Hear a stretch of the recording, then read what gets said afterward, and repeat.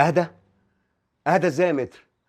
بقول لك بيراقب بنتي وبعت لي صور ليها هي وخالتها وهم في المول، وبعد كل ده تقول لي اهدى؟ بقول لك إيه يا متر، انا ما ينفعنيش الكلام ده. انت تتصرف وتشوف لي حل. سلام.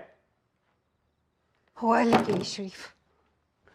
قال لي لو عملت محضر هيتحفظ طبعا لان مفيش دليل اثبات، وانا كمان ما سجلتش المكالمه. أنا من رأيي إنه بيهددك عشان مفيش حاجة تاني في إيده يعملها. وبعدين أنت إزاي ما سجلتش المكالمة؟ نعم يا اختي. ده على اساس ايه ان شاء الله؟ على اساس ان انا عارف رقمه، ولا عارف ان هو اللي هيكلمني، ولا المفروض ان اي مكالمه تجيلي اسجلها؟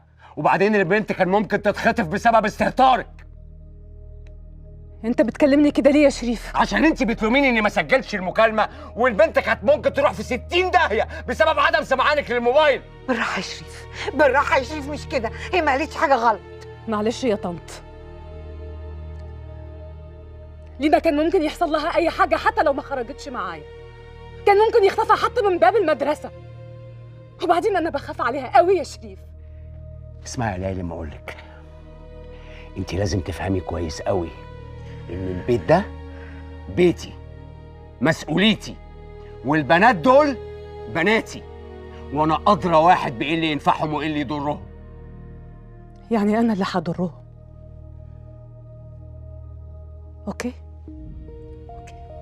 أوكي. ليه كده؟ ليه كده يا ابني؟ حرام عليك.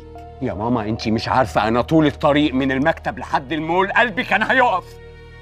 كنت هموت من القلق. بعد الشر. كلمتها 122 مره وهي ما بتردش. بالراحه بالراحه، استعيذ بالله من الشيطان الرجيم. انا هقوم اراضيها بكلمتين. يا ابني كلنا مرعوبين، كلنا مرعوبين.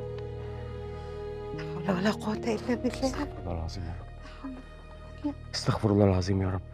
استغفر الله العظيم يا رب. حقك عليا يا حبيبتي، ما تزعليش، امسحيها فيا انا. بس يا بنتي انت لو حطيتي نفسك مكانه هتعذريه برضه. أنا مقدرة اللي هو فيه، بس هل هو مقدر إنه أختي ماتت من غير حتى ما أشوفها؟ مقدر إنه الإحساس ده بيقتلني كل يوم؟ أنا شايفة إنه دوري دلوقتي إني أكون جنب البنات، أخرجهم من اللي هم فيه،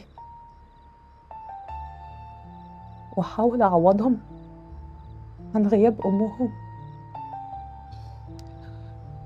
أنا غلطت في إيه يا طنط؟ لا يا حبيبتي، غلطت في إيه؟ ما غلطتيش في حاجه، محدش ابدا يقدر يقول عليكي غلطانه.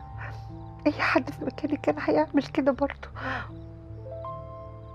بس اصل احنا في وضع صعب، محتاجين ان احنا نطبطب على بعض ونعدي لبعض. لا الزعيق ولا الخناق هيرجعوا اللي راحوا. الحنية، الحنية هي بس اللي بتداوي القلوب اللي اتكسرت من غياب الحبايب.